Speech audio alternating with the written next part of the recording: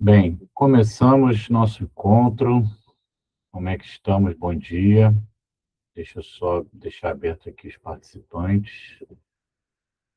Bom dia, mais um encontro. Eu acho que é o encontro mais volumoso que temos até então.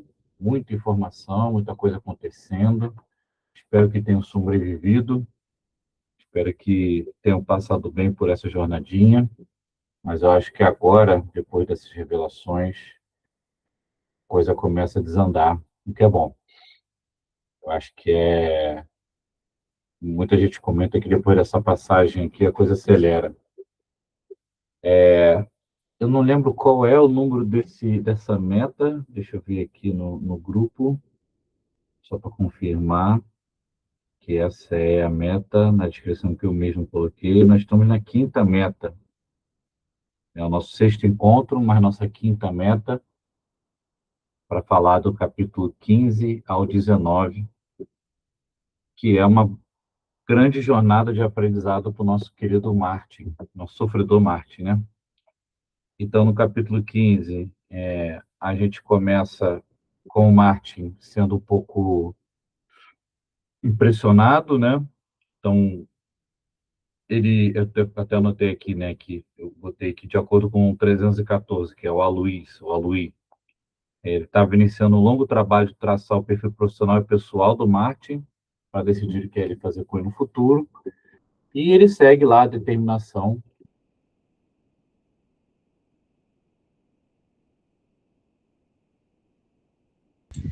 Eu acho que o Guilherme caiu, não?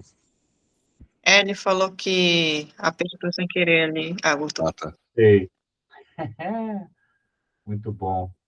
Tem um botão no mouse, que esse é mouse gamer, que você aperta lá sem querer, ele volta, ele sai do site. Desculpa. E ele segue a determinação, tá gravando aí, né? Tá. E ele segue a determinação de seguir para o nível de entretenimento. Então a gente vai conhecer as primeiras migalhas que são dadas ali para quem habita essa parte de Argos.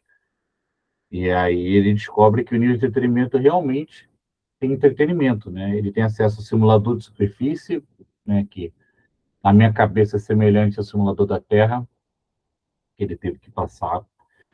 Tem o centro de performance física, que a gente chama de Smart Fit, e vários Umbras, né? E existe um local específico esquisitíssimo para ele, chamado restaurante. E ele fica impressionado, né? O próprio Aloysio fala para ele que todos os promovidos se chocam, e tem uma frasezinha meio elitista dele, né? Até mesmo nós, nascidos intermediários, achamos esse lugar incrível, sabe? Essa coisa de você um outsider. E o Martin tem um instinto de querer ver o restaurante. Ele fica meio assim, cara, eu quero ver restaurante para ver se esse mistério, né, que desde a tortura assola ele, a gente lembra bem, se realmente aquilo lá é real. Chega um momento até que a gente lembra daquele primeiro contato dele lá no primeiro capítulo, Marcel, que ele vê, pô, só todo mundo aqui, a gente vai encontrar o Marcel em algum momento, mas até agora a gente não encontrou. E ele tenta entrar no restaurante, mas o Aloysio fala, ó, você está sendo avaliado, não vai conseguir entrar, mas vou deixar você dar uma olhada. E aí rola uma loucura, porque ele vê gente comendo coisas exóticas, como uma folha, uma cenoura. Ele se questiona, né? Porque fala, como isso é possível? Havia plantações em árvores, só os restauradores poderiam... Então, não só os restauradores poderiam sentir tais sabores. Se a gente lembra, uma das motivações dele para se tornar um restaurador, para ir à superfície, seria entender, conhecer esses sabores, esses cheiros do mundo exterior, né? Da superfície da Terra. E ele se questiona se também ali é possível. E até que ele vê duas coisas, né? Primeiro ele vê uma maçã, ou seja, a maçã é algo real, não era só um elemento que ele estava alucinando lá naquela tortura que ele sofreu, aquela coisa do protetor comendo a maçã dizendo que a maçã não existe. E ele não consegue se conter quanto a isso. E outra coisa é que ele vê o torturador sendo um civil qualquer. Estava comendo, vivendo a vida dele como se fosse qualquer uma. Então, eu gosto, né, não gosto, mas eu acho curioso essa percepção que a gente não tem, às vezes, de pessoas que têm trabalhos, às vezes, extremamente perigosos, violentos, uma coisa meio atroz, às vezes, eles têm a vida normal, né? Então, torturador, o cara que literalmente o trabalho dele é torturar as pessoas, ele, ao mesmo tempo, segue a vida dele. Ele acorda no camarote dele, ele vai comer no restaurante quando ele tem ponto para isso. Então, assim, eu acho interessante trazer esse contexto, que a vida segue para ele também. E nesse último parágrafozinho, né, eu coloco que os dias de tortura voltaram aos pesadelos dele, a ponto da pulseira até alertar os batimentos, né? E a última frase é: coube a 801 respirar fundo e voltar aos sonhos intranquilos. Isso aqui é uma referência a Kafka, Metamorfose, que eu deixei aqui de propósito, porque foi um dos livros que marcou muito, e um autor que marcou muito, porque no outro livro dele chamado Processo, existe essa coisa que gerou o termo kafkiano, que é esse labirinto geográfico e burocrático que o personagem lá, que é o Kay, vive nesse livro. Eu gostaria, né, de ter conseguido, não sei se consegui trazer essa confusão de para onde ele está indo e que mundo ele vai ser levado, como as coisas acontecem. Eu gosto dessa confusão. E a gente vai para o próximo capítulo, que é um capítulo diferentaço. É um dos meus capítulos favoritos para escrever. Ele mudou muito ao longo das reescritas, mas é a grande reunião do conselho. A Hannah chega cedo, a sala está praticamente vazia. Aí tem essa mesa enorme, né, entalhada à mão há muitos e muitos séculos. Tem um banquete na mesa, assim, ensino de entretenimento é bizarro. A pessoa come uma cenoura, um alface, uma maçã. Aqui tem frutas, carnes, vegetais, queijos e vinhos, uma coisa assim, completamente deslocada da realidade que a gente viu até agora. Esse primeiro capítulo é uma coisa meio de choque. Esse primeiro parágrafo é uma coisa meio de choque mesmo. Tem luxo, que tem alimento e é um encontro do mais alto nível de Argos. Na descrição do ambiente, eu me inspirei em alguns lugares que eu já visitei na vida, entre eles a Confeitaria Colombo, porque eu coloco aqui a questão dos espelhos antigos, lustres, tapeçarias e quadros históricos e tal. E quando eu estava escrevendo, veio a cabeça da Confeitaria Colombo do centro, misturado a um palácio e outro que já turistei. E lá na mesa estão duas figuras, né? O ministro das Memórias, o Gallant, e o curador da fábrica de memórias, que é o 12 Michel. Gallant veio de Jack Gallant, que é um neurocientista cognitivo, que até peguei aqui a biografia dele, que a pesquisa dele representa como o cérebro representa e processa informações naturais. Ele é conhecido por ter desenvolvido modelos computacionais que decodificam a atividade cerebral para revelar como as informações sensoriais e cognitivas são codificadas no córtex central e cerebral. Então, no mundo em que seria possível ler memória, editar memória, a pesquisa do Jack Gallant é uma das mais importantes que teríamos, né? E o Michel, simplesmente baseado no Michel Foucault, né? Um dos filósofos que apresentei lá na aula zero lá que a gente fez, no primeiro encontro, que é a teoria do poder e do conhecimento, ele fala de instituições sociais, instrumentos de controle. Então, ninguém melhor que isso para colocar aqui nos. Deixa eu só fechar aqui, que eu estava com a referência aberta, nas referências. Bem, eles estão batendo papo ali, né? O curador é um cara diferentão, carecão, cola rolê, jaqueta de couro, uma coisa completamente exótica no mundo que todo mundo veste macacão. A Hannah, né, não gosta muito deles, porque aí a gente entra um pouco mais na mente dela, né? E ela fala que sou conectados à fábrica, a petição da humanidade, todas as ideias que surgiam dali eram violações absurdas da mente humana. Aliás, corrigiu-se esse resmungo mental, toda a ideia de árvores era um absurdo, mas seria uma conversa perigosa para se ter, uma vez que nenhum deles pertencia à ordem de Era. Então, essas duas figuras não fazem parte da ordem, e o pior de tudo, né? Ela tem essa coisa desse fanatismo aí. E eles estão trocando ideias sobre a questão de tarefas. Há um resmungo aqui, né? Que fala, o seu 00 que vai questionar hoje, essa pressa toda, como se não tivesse termos para estudo. É o que mais temos nessa espelunca, minutos, horas, anos e séculos. Isso já começa a entregar a revelação do final da nossa conversa aqui, né? No final desse trecho, dessa meta de leitura.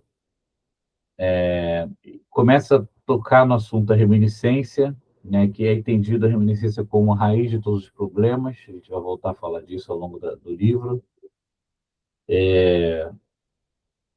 E aí tem uma frase aqui que é importante também para o futuro da história, que fala que vocês estão muito preocupados com os discrepantes. Será que é a primeira vez que lidamos com isso? Nada, sempre a mesma ladainha. Pelo menos não morreremos de tédio nessa caixa escrota. Né? Ele é um pouco diferentão, o nosso curador, né? Que é o Michel. E existe mais uma cena exótica aqui, que a gente começa a entender mais um mecanismo de árvores que entram numerados, sem boca nem ouvidos para servir comida. Então, são geneticamente modificados, né? Aqui na boca seria uma pele fechada e não teria os ouvidos, para eles não poderem comer a comida deles nem ouvirem que está sendo conversado. Então, mais uma atrocidade de árvores, uma coisa meio bizarra, e você começa a perceber quantas aplicações que existem ali dos numerados. E que a elite conhece os numerados como rotina deles, diferente até agora do que a gente sabe de todos os outros níveis, né? E até coloca aqui, né? Nem se tivesse a capacidade de desejar, iriam muito longe. Era apenas servos pensados com toda a genética humana para frequentar o ambiente do ciclo da elite. O numerado zero de uma forma distorcida, humanos também. Então, a Hannah ainda tem esse olhar de que, ainda assim, de alguma forma, eles são humanos e tal. E o ministro da Segurança entra, né, que é o Husserl, Edmund Husserl, inspirado no Edmund Husserl, que é um filósofo alemão das antigas, aí, matemático e tal, e tem duas coisas interessantes sobre ele, né? Primeiro que ele tinha uma orientação, aliás, ele rompeu a orientação positivista da ciência e filosofia, criando críticas ao psicologismo com a lógica, mas mais importante aqui, tem uma passagem no legado dele, que Martin Heidegger, que é a inspiração aqui para o Martin, foi o mais conhecido dos alunos dele, inclusive a principal obra do Heidegger, né, do Martin, que ele fez, que é o Ser o Tempo, ele dedicou ao professor dele, Husserl, que inspirou o Edmund aqui.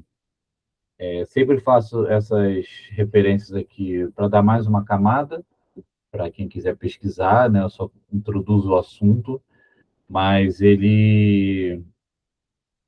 essas referências sempre são ou uma inspiração para a montagem do personagem ou para criar uma oposição. Então, mais uma camadinha aqui.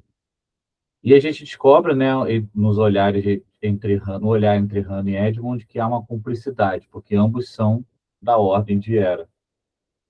E eu faço uma diferença aqui, né, que ela é executora entusiasta e ele é um condutor moderado. Eles são aliados na ordem, mas nesse parágrafo a gente descobre que eles têm as suas próprias agendas, né? Aí, dentro da própria ordem de Hera existe uma divergência.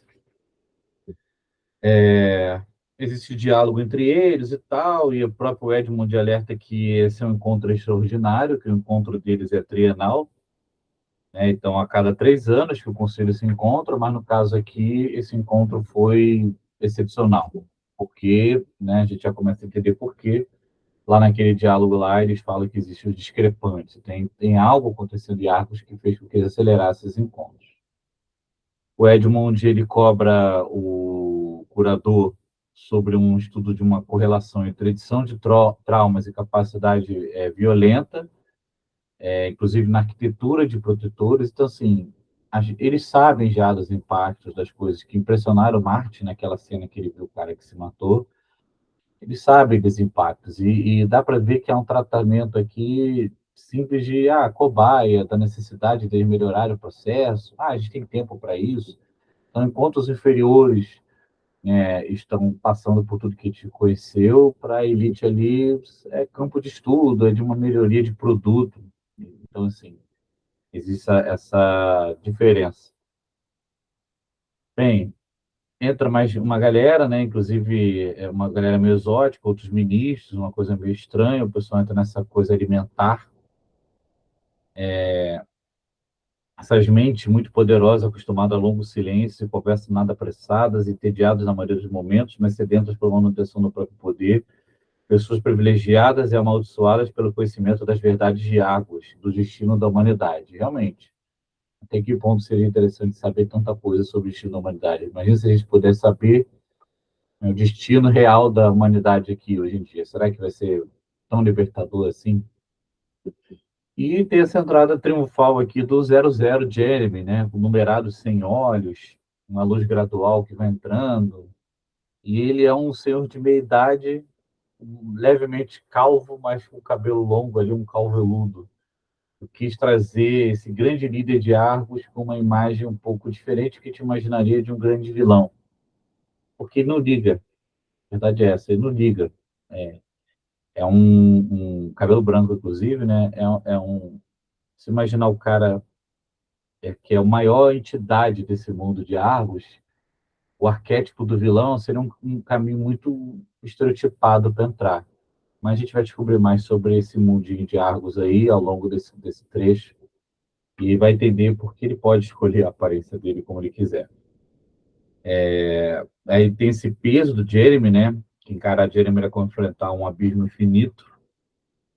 E ele começa a apertar todo mundo ali para saber o que está acontecendo, né? Ele fala que o desígnio de arte ser prioritários, que é o foco dessa reunião aqui é os novos discrepantes e o paradeiro do livro extraviado, e o ministro da Segurança que ele dá uma travada, mas ele fala que o elemento Augustino foi anulado, que 1050 agora, a pedido da fábrica, ele foi promovido, então a gente começa a imaginar que o Martin foi promovido por interesses de muita gente, não só pelo próprio mérito, e o Jaspers ele entende que é o potencial baixo, enfim, o Jeremy perde a paciência, ele reclama de certas condutas aqui, pá, ele fala, os mesmos indivíduos causando os mesmos problemas, não seria mais fácil apenas condenar suas memórias?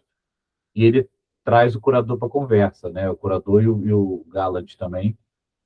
E ele fala que ainda estão encerrando esses testes que poderiam prosseguir com as condenações necessárias assim que finalizasse. E estão ainda tentando entender o tal do fenômeno da reminiscência por dentro da fábrica. Existe o questionamento aqui, porque realmente, como pode o lugar mais vigiado da história da humanidade, um livro desaparecer de dentro do ciclo da elite? Estamos finalmente ficando loucos depois de tanto tempo. Temos novamente o problema com ordens secretas, o plano patético para dominar o poder de Argos. Então, aqui ele fala de algo que a gente vai descobrir definitivamente no final desse trecho, que é o tempo que eles estão ali em Argos. Ele traz aqui a questão da ordem de Era, que é um problema conhecido, mas que ele quer saber se vai ter esse problema de novo. Então, por que esse problema de novo? A gente não entende ainda. O Edmund fala aqui também que a discrepante foi esperta, né? Que ela soube omitir das memórias legíveis a origem e o destino do livro, e ela realmente foi muito esperta, né? Ela não mostra o livro na memória dela. E a fábrica tentou atiçar as reminiscências de 1050 com a memória dela para fim de detectar o local do objeto.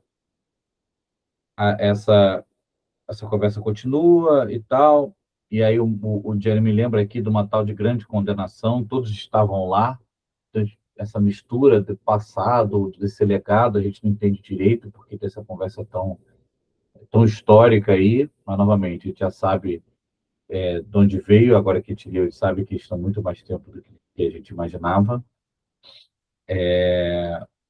Ele exalta que é fábrica e tal, e ele fala prisioneiros do limite da carne, corpos destruídos por figuras patéticas que mal sabem sobre a realidade que os cerca.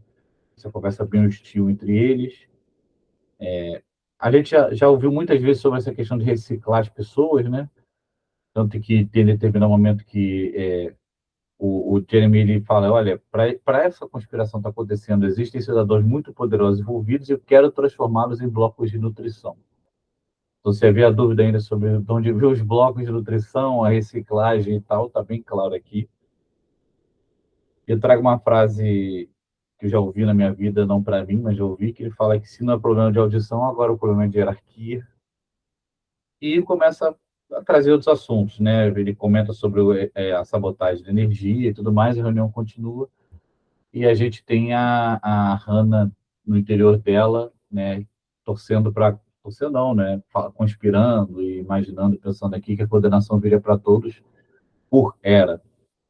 A gente volta no capítulo 17 para o Martin, essa obsessão dele dos traços aumenta, ele... Cadê que ele fala aqui? Eu anotei, papapá. Os maiores esforços e as maiores atrocidades somados nos tornaram subsídios para que uma parte de avonianos poderiam ter simuladores e alimentos verdadeiros a seu dispor. Então ele começa a entender a diferença entre as classes ali dentro de Argos, né? Ele até fala no final desse mesmo capítulo de onde vinham tais privilégios, como tolerar a convivência com pessoas que o feriram tão profundamente. Ele entra nesse dilema de como ele vai conseguir sobreviver ali naquele ciclo, tendo consciência de tanta coisa. Até brinco aqui com a questão do mito da caverna, que quando ele encontrou a Luiz, né, ele volta a falar com a Luiz, ele fala, é uma expansão mental, como quem sai da caverna ou da lagoa, eu não sei essas expressões da superfície, tem essa conversa, e começa o grande tour do Martin pela fábrica. Eu brinco de novo com as palavras aqui, com as letras, né? Depois ele entra no corredor, macacão, ele passa para o bloco TA, corredor S, corredor E, uma rampa, um hall com o identificador I e uma porta identificador N. Assim como eu brinquei lá na fábrica no ciclo inferior, no ciclo intermediário, elas formam a palavra Dasein, que é um conceito central da filosofia do Martin Heidegger, que é como se fosse a questão da presença. Modo do ser humano caracterizado por estar lançado no mundo, existindo em constante relação com o próprio ser. Então, é como se fosse a reflexão sobre a própria existência. É mais um conceitozinho filosófico que eu deixo aqui, uma camadinha aqui para quem tiver curiosidade, né? Porque agora, o Martin, depois que a gente já leu, né, a gente percebe que o Martin está se aprofundando no entendimento da própria existência, como se nasce, como se é gerado na fábrica. E eles entram numa espécie de biblioteca, né? Só que não tem livro, é tablet e dispositivo eletrônico, onde está lá o curador com a gola alta e a jaquetinha de couro dele. Ele até falou, tu é recordista, deveria estar portando broche e tal. E ele diz que seu trabalho até agora, Martin, foi só uma fatiazinha da fábrica. E ele conta um pouco sobre a origem, né, de onde veio essa tecnologia, esses estudos da fábrica, como vem essa capacidade da memória, que ele fala aqui sobre as trilhas mentais que você apaga, papapá, e aí a gente fala aqui sobre o estudo do mal de Alzheimer, que fez parte dos meus estudos também para a escrita, que fala da proteína tal, beta-amiloide e tal, e descobre que, na verdade, ao aprender a mapear a sinapse, conseguimos ler as memórias assim que formadas. Foi como perceber que o cérebro não trabalha em áreas, mas em caminhos. O papai, ele fala no currículo, você sabe pouco sobre como a memória desencadeou sensações e as mudanças de personalidade, entendendo como cada lembrança impacta na existência pessoal de cada um. Então, aqui se revela de onde veio essa tecnologia e realmente existem muitos estudos que trazem essa coisa que a memória, na verdade, são trilhas que passam. Então, quando você lembra de algo, ela passa por um campo mais responsável pela memória, mas um campo responsável pela sensação, um campo do visual, enfim. Inclusive, falo que quando você estuda, você está fortalecendo um caminho neural para quando você recorrer àquele entendimento, esse caminho está bem forte, como se fosse uma trilha na mata. Uma trilha leve, aberta com facão, outra coisa é uma estrada que você já construiu no seu cérebro de tanto que você estuda, tanto que você pratica algo. Isso aí eu tirei de pesquisa também. E ele diz que o coração da ideia aqui é como cada lembrança impacta na existência pessoal de cada um. E realmente parte do problema aqui da história toda é essa, né? E eles vão para o primeiro ponto desse tour da fábrica, depois de conhecer o chefão da fábrica, que é o poieses. Eu até trouxe aqui o conceito de poieses, eu não tenho na minha agendinha, mas ele tem vários significados, né? Em grego, significa criação, fabricação ou produção, representando o ato de trazer algo à existência. E existe também no conceito filosófico que é a ação criativa que produz resultado tangível artístico, poesia é isso, e no sentido heideggeriano, ou seja, do Martin Heidegger, significa o desvelar da realidade, o modo de trazer a verdade ao ser. Então, esse nome poiesis não foi nem um pouco à toa que eu trouxe aqui nesse primeiro patamar da fábrica, que cadê? Papapá, nível de aprendizado, teoria, fator paciente. Ah, sim. Vamos lá, tem uma coisa importante aqui.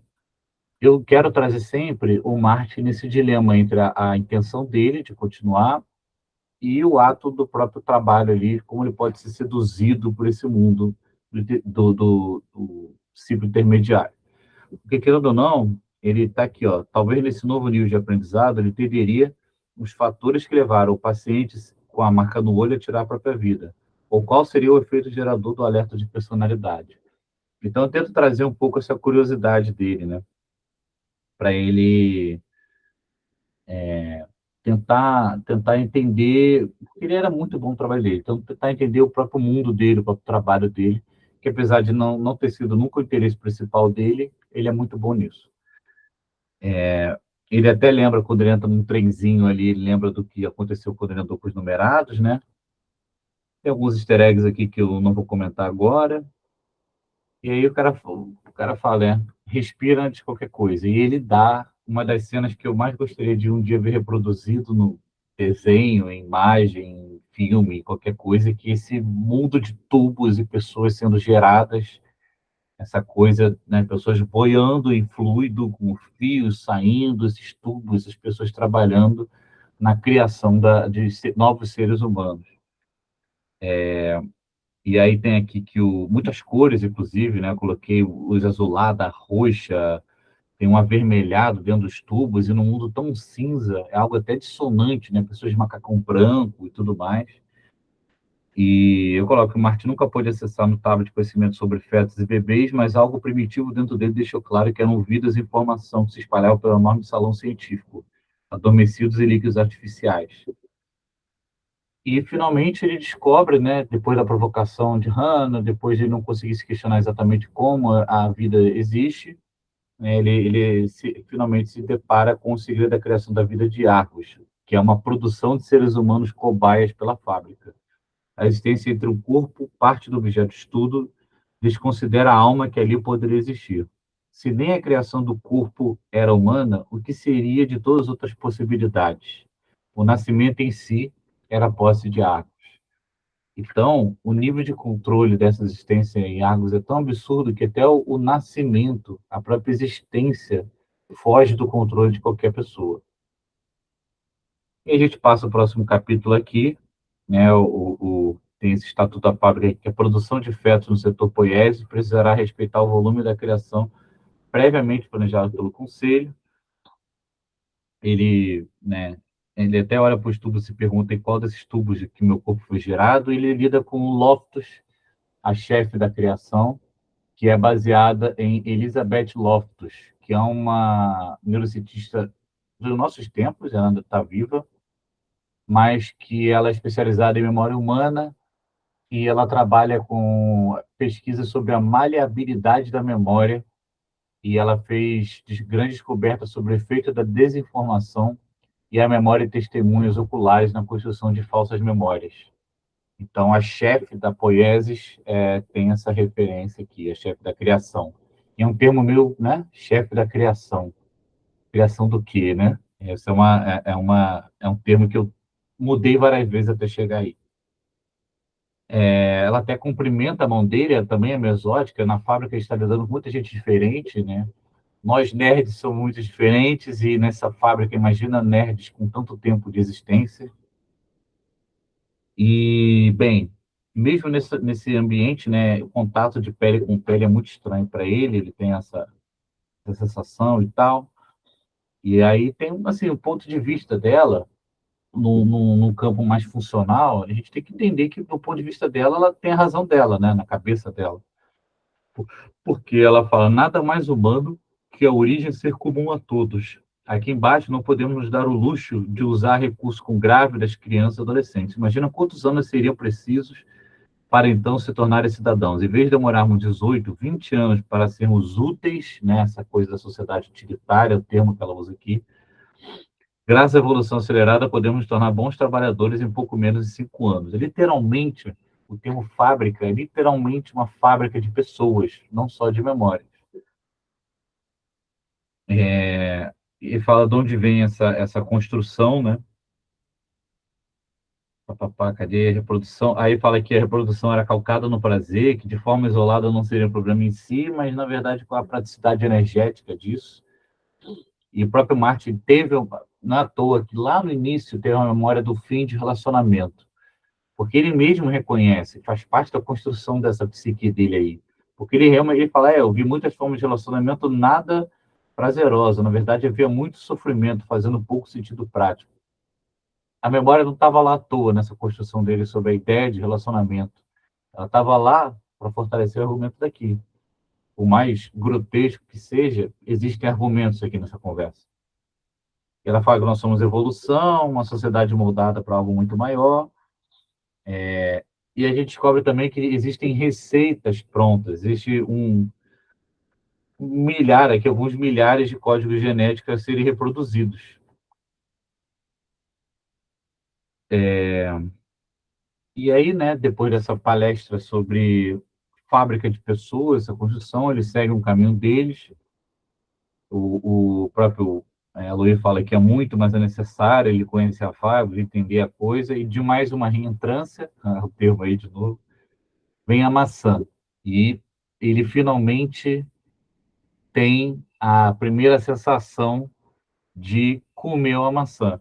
E eu, de propósito, me alonguei bastante na descrição de uma droga de uma mordida de uma maçã. Alguém que nunca comeu nada real, ele provar uma maçãzinha é algo extraordinário.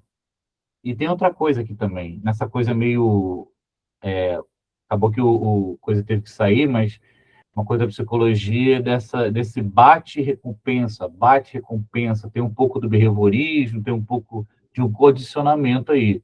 Se você ficou chocado com a construção humana, vou te recompensar agora para assentar um pouco isso em você, você provar uma maçã, entender o que é um sabor doce e ter essa coisa do alimento com consistência, sabor, aroma, que acaba deslocando ele no momento presente.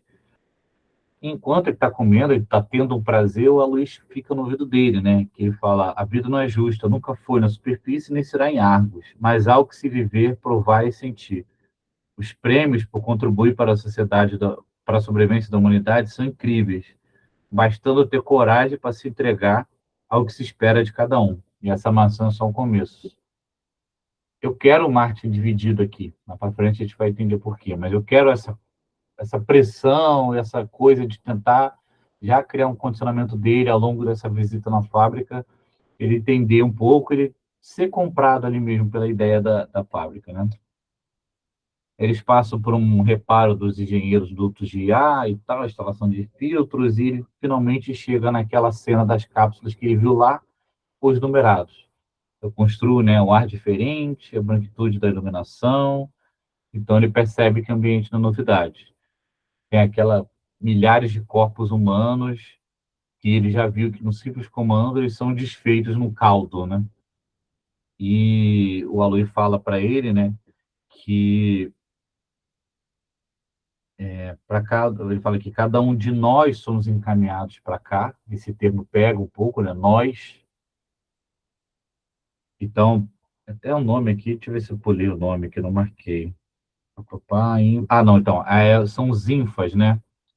Ele vai para a parte dos ínfãs, que no psicanálise, mas existem outros termos aqui, e etimologicamente significa criança, bebê, um menino, né? Então, assim, a infância deles é ali, mas ele é associado ao ser humano em formação que possui emoções e sensações, mas ainda não consegue dar nome, linguagem verbal ao que é isso. Então, o ínfã é esse processo de construção da consciência humana que você já sente, mas não sabe o que sente.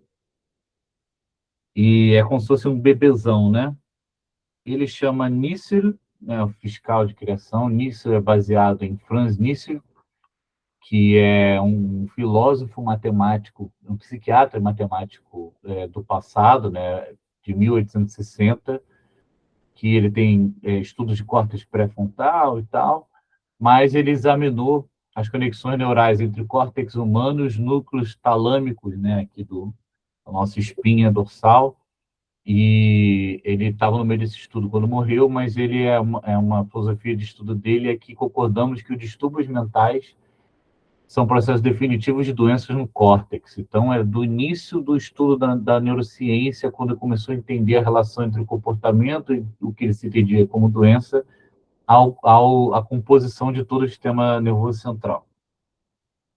Mas o fiscal da criação, ele fala que quando aprendemos a alterar nosso código genético, o DNA, fomos capazes de acelerar a evolução humana. E aí ele termina a fala dele como não morremos.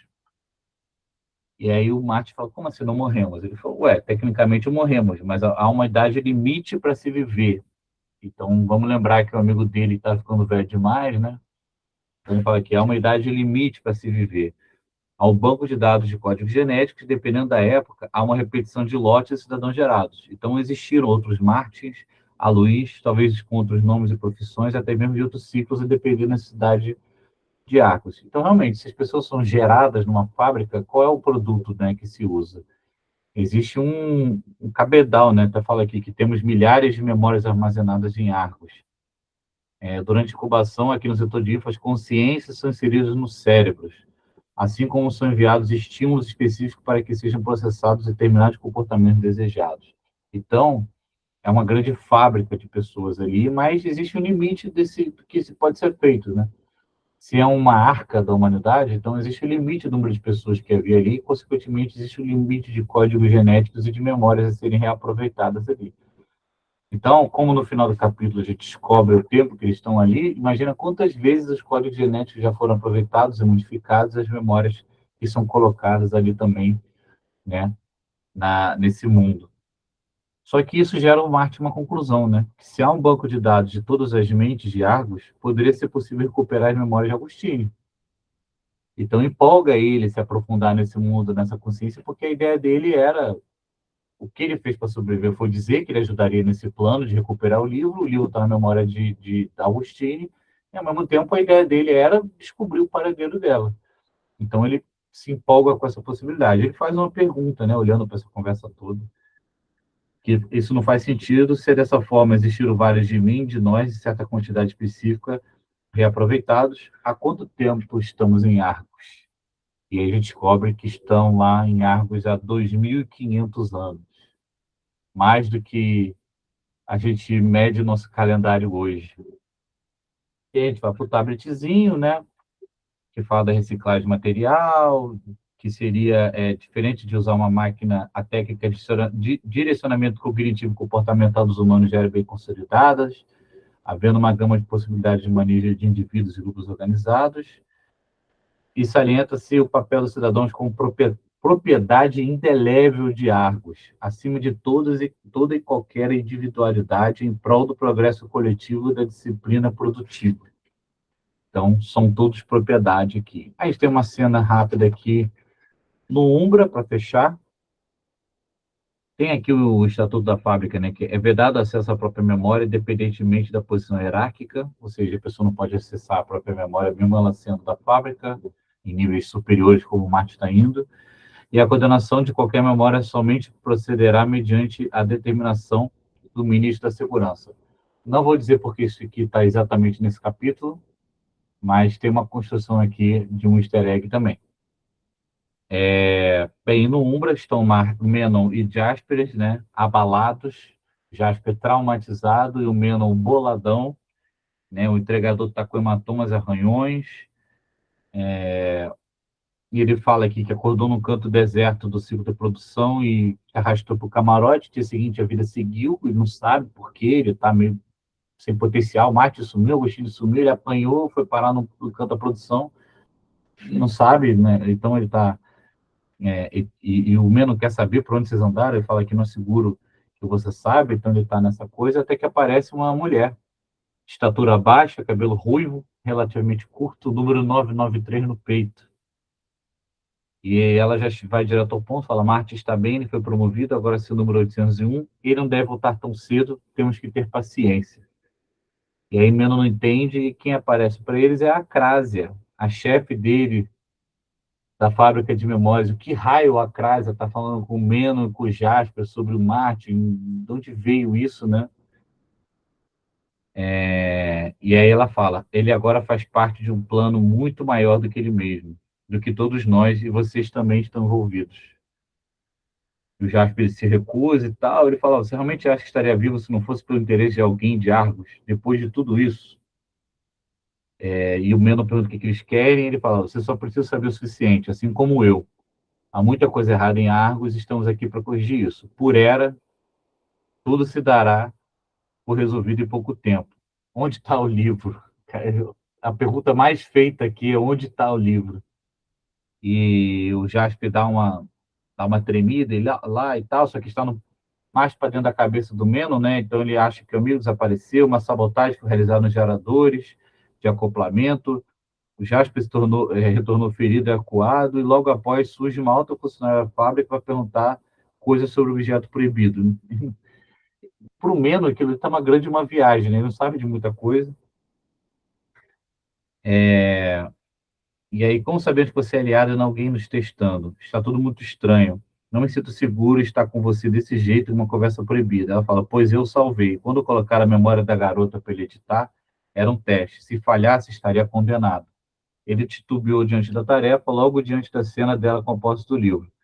Nós precisamos de Marte e do objeto. Sem ambos, a ordem não poderá prosseguir. Estamos todos sob perigo até que os desígnios de Hera sejam realizados. Por isso, precisamos ser discretos. Estamos agora em um jogo de longo prazo. Devem permanecer discretos, aguardando os sinais corretos. E aí o Meno faz a pergunta, enquanto isso, e aí a crase termina e nós terminamos a nossa longa digressão, nosso longo objetivo aqui, ela seguinte ordem, sobrevivam. Então, diante de tanta informação, tanta coisa, eu nem vou trazer uma pergunta provocadora aqui, né? Eu acho que tem muita coisa, muita informação, espero que tenha sido passado minimamente ao longo da leitura, sem precisar dessa profundidade toda das explicações, mas que eu quis dar uma aprofundada na conversa aqui para ter essa gravação, porque meu objetivo, inclusive, depois que terminar o clube, é eu deixar público todas essas gravações no YouTube, para que qualquer um que procurar vai encontrar lá a playlist e vai poder se aprofundar na história. A ideia não é que seja algo secreto, não. Tá bom? Bem, estamos só nós quatro aqui, vamos trocar ideia. Puxa o microfone aí, o Marcos levantou a mão, podemos conversar. Olá, Guilherme, bom dia, mais uma vez, bom dia, pessoal. Bem, eu curti muito, assim, aproveitei bastante a leitura desse trecho aí da obra, e assim, eu gostaria de registrar assim, 2 pontos que me chamaram bastante atenção, na obra como um todo, Guilherme, pelo que eu estou acompanhando, mas particularmente em função dessa passagem, assim, um dos pontos que eu queria levantar é um conceito interessante, porque a sua obra, ela orbita em torno da questão da memória, né, que dá até título ao teu livro. Só que tem um dado que pode passar desapercebido, mas eu considero essencial, e muitas vezes parece secundário numa leitura mais atenta, mas é muito importante para o longo da história, é a questão do conceito do tempo, mas precisamente a percepção do tempo. Então, porque, até pelo fato da gente aprender, né, desde sempre que o tempo é algo inexorável, né, 24 horas aqui no Brasil, mesmo tempo, 24 horas no Japão, por exemplo. Só que isso não é bem verdade, né, em Argos, né, como abrigos subterrâneos, geralmente pode contar com relógios atômicos para medir o tempo, né, até com precisão. Só que ao longo da obra, na trama, percebemos que os humanos, né, que lá habitam, o tempo para eles é traduzido por crédito e, por sua vez, acesso a memórias, né? Então, sendo, portanto, uma variável de controle social, né, usada pela elite justamente como instrumento de controle, né, das massas, né? E o outro ponto que eu também gostaria de comentar, assim, eu não posso deixar de levantar, que eu traço um certo paralelo da sua obra com a Revolução dos Bichos, a Animal Farm, do George Orwell. Senão, vejamos, por dois aspectos, né, que, assim, para mim fica bem claro, nítido. A elite, né, de Argos comporta-se muito parecido com um grupo de porcos, né, que tomam a fazenda, né, de Jones, principalmente o líder, né, dos porcos, do Napoleão, que eles acumulam o passado, né, o conhecimento, detêm o conhecimento, mas impõem o esquecimento, a ignorância à classe trabalhadora, tanto na sua obra quanto na obra de George Orwell. E também o Martin, o seu protagonista, ele lembra, assim, guarda uma certa similaridade com o protagonista, né, também do Animal Farm, né, o Benjamin, o Bull, que ele é o único, por ser o mais velho, é o único que tem memória, o que questiona a questão da memória do passado, e a edição da memória. Inclusive, ele comenta, né, critica o Benjamin na obra de Orwell, critica muito a questão da edição da memória, que ele percebe os porcos manipulando a memória dos outros animais, quer dizer, os porcos como elite, muito parecido com o mecanismo que a própria elite de Argos pratica também. Então, esses são dois aspectos que eu gostaria de registrar aí dessa passagem. Valeu. Uma curiosidade aí da minha vida. Benjamin é o único animal inteligente mesmo na história, né, da Revolução dos Bichos. Ele é um burro. É um animal associado, pelo menos na nossa cultura não americana, não sei de onde veio exatamente isso, é o donkey, né, de burro. O animal burro é o adjetivo para pessoa estúpida, né, sem conhecimento e tal. E Benjamin é o mais inteligente. E aí tinha um amigo nosso que ia muito mal em todas as provas, muito mal.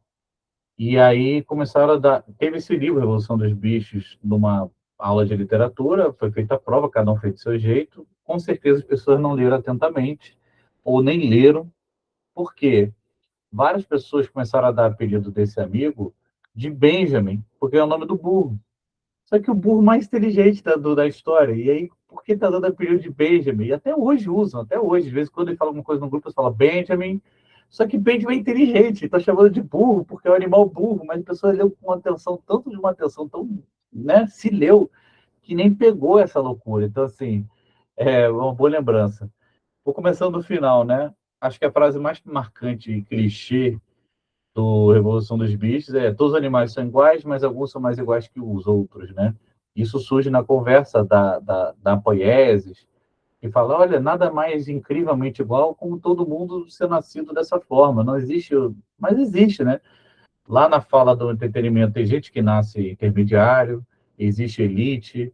Então, nessa igualdade social, existem igualdades diferentes, igualdades hierárquicas, né? Dentro de igualdade hierárquica entre ciclos. Dentro da própria elite existe uma hierarquia muito marcada, uma coisa bem marcada ali, completamente diferente dessa igualdade que até no texto do Tablet tenta se construir, né? E outra frase que você trouxe que é muito importante na história, realmente, que se impõe o esquecimento da classe trabalhadora. O nível mais baixo é o que menos se conhece sobre a realidade. O nível intermediário, eles já sabem, né? Dá para perceber que já lidam supernatural com essa coisa da fábrica, de você ser construído ali na fábrica, de que a vida é aquilo mesmo, entretenimento, tudo mais. Então, o nível intermediário já sabe algo. E a gente começa a ver que o ciclo de elite sabe ainda mais. Tem mais coisa acontecendo no ciclo de elite ali que a gente ainda não sabe. Já se constrói naquela reunião, algo que a gente descobre nesse capítulo final do Martin, que estamos há muito tempo, que temos todo o tempo do mundo para construir esse conhecimento, que pressa é essa? Né? Então, e já até cita um outro momento que aconteceu grandes problemas. Então, assim, e aí já associo o que você falou do tempo, né? Do tempo relativo, o tempo físico, o tempo real, o relógio atômico e tudo mais, que, na verdade, o tempo se passa muito diferente de acordo com a gravidade, isso é o tempo físico, né? E com a velocidade, teoria da relatividade, mas também o tempo é uma percepção nossa. A gente filtra a realidade em cima da cognição que a gente consegue ter. Existe muita ficção científica, muita ficção no geral que brinca com isso, né? A Chegada brinca até com como a linguagem molda o nosso pensamento, que, consequentemente, limita a nossa percepção de tempo, e quando você quebra essa barreira, muda a sua percepção de tempo. Não vou entrar em mais detalhes para quem não viu o filme, para poder ter algum tipo de surpresa, ou ler um conto, né? Mas, e em Argos, essa percepção do tempo é moldada pela própria noção da realidade que cada ciclo, cada pessoa tem. Ele não tem noção de infância, consequentemente não tem noção do que é o tempo de uma vida, porque nunca foi apresentado para ele. E não tem como você saber algo que nunca te foi apresentado. Mas a gente descobre, na verdade, que os bichos pensam muito melhor que a gente. A gente não sabe ainda. A gente não entende a frequência cerebral ou a forma que eles pensam. Essa realidade não se apresentou para a gente.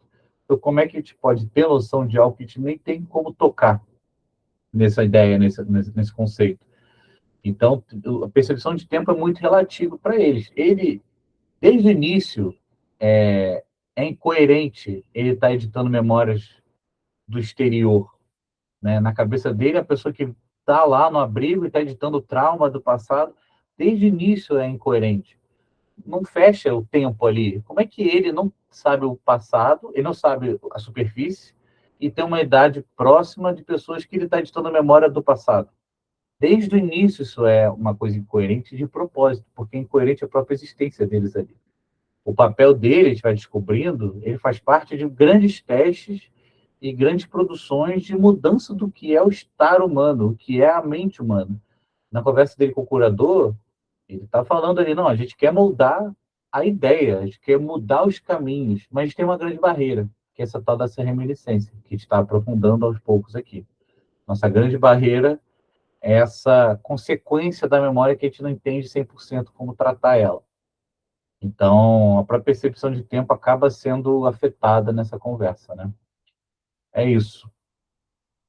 Mariana, Carol, alguma coisa? Ou estamos fechando aqui? Final de semana, Dia das Mães. Eu só abri aqui o clube, porque eu acho que o próximo encontro será sorteio também, né? Eu não entreguei ainda o sorteio da Carol, porque o meu encontro mensal, a gente, Mariana, botou a mão. A gente não consegui ir, mas está na bolsa aqui. Eu tenho algumas coisas para levar para o nosso encontro. E aí, no próximo, a gente já vai sortear o livro do próximo. A gente vai mudar um pouco o esquema do clube, quando acabar essas metas do condenação. Mas eu vou levar o livro do próxima leitura nossa, né? Mari? Não, agora falando sobre essa questão do tempo e agora que o Martin foi apresentado a esse conceito de reciclagem, agora eu fiquei pensando assim, tu falou assim, o Marcel vai aparecer novamente. E teve aquela primeiro encontro deles, primeiro não, né? Um dos encontros deles que ele falou que ele iria se aposentar. E agora eu entendi que, na verdade, ele foi reciclado. E também explicou que naquela reunião do conselho, o Martin ficou claro que o Martin foi promovido não pela capacidade profissional dele, sim porque é uma intenção de usar ele em favor de Hera. Aí agora e também a gente falou agora, né, sobre a classe trabalhadora, que o conselho ele não tá nem aí para a classe trabalhadora. Aí agora eu fiquei em dúvida, tipo, os cidadãos de Argo realmente eles são capazes de mudar de nível, tipo, o Martin, se ele não fosse uma peça desse jogo, ele seria mesmo promovido a um intermediário ou eles sempre vão morrer no mesmo nível? E eu não sei se durante a escrita tu pensou qual é, qual é o pré-requisito para um cidadão de Argos se aposentar, como foi o caso do Marcel, porque eu entendo que, assim como não tem criança e adolescente em Argos, também não tem idoso. E na nossa sociedade, a aposentadoria, ela vem com a idade, né? Bem, vamos lá. Sobre reciclagem. O Martin pensa, né? Vou encontrar o Marcel em algum momento, mas Não vai encontrar.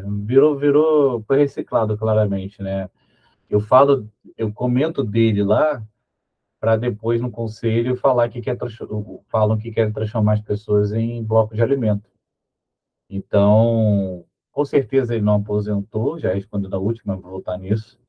Ele foi reciclado, só que na cabeça do Martin fala, pô, se eu estou aqui e ele foi promovido para cá, então vou contrair em algum momento. Faz parte da ilusão dele, daquela construção daquele mundo ali. Porque apesar de lá nos numerados eles falam que eles fazem reciclagem e tal, ele não entendeu, mesmo vendo aquela coisa pastosa da destruição do corpo humano ali, não associou uma coisa a outra ainda, né? Ele foi promovido por um grande jogo de interesses. Tem uma fala ali na reunião do conselho, né, que eu não decorei, apesar de ter eu mesmo escrito, eu mesmo lido, que ele fala assim, são sempre as mesmas pessoas dando problema, então tem algo ali do interesse do Martin ser promovido por parte de Argos em si. A fábrica em si, além dessa parte, a fábrica em si que fala que não quero entender esse mecanismo dele, quero usar ele para encontrar o livro, porque ele vê a memória dela, posso ativar a reminiscência dele, ter essa discussão. E ela também tem interesse na promoção dele pela mesma coisa. Então, assim, há uma convergência de poderes em Argos acontecendo, né, por baixo do tapete. Interesse da fábrica, porque o Martin, querendo ou não, ele é capaz, né, ele deveria estar com o brochezinho dele, e recorrer disso, porque ele é muito bom no que ele faz. Existe interesse de usá-lo para entender as reminiscências, porque tem algo de reminiscência dele que a fábrica quer entender, a conexão dele e tal, a gente vai se aprofundar nisso ao longo da leitura. E existe o interesse também de Hera, porque Hera está atrás do livro, e precisa dele para o livro. E precisa dele, talvez, para outras coisas também. E essa coisa de mudar o nível é uma grande cenoura. Na verdade, para construir a narrativa do pessoal continuar trabalhando, fala assim, ó, vou te aposentar no próximo nível, ou se você trabalhar direito, você vai para o próximo nível. Mas é grande cenoura. É a cenourinha ali na frente para o bicho continuar andando.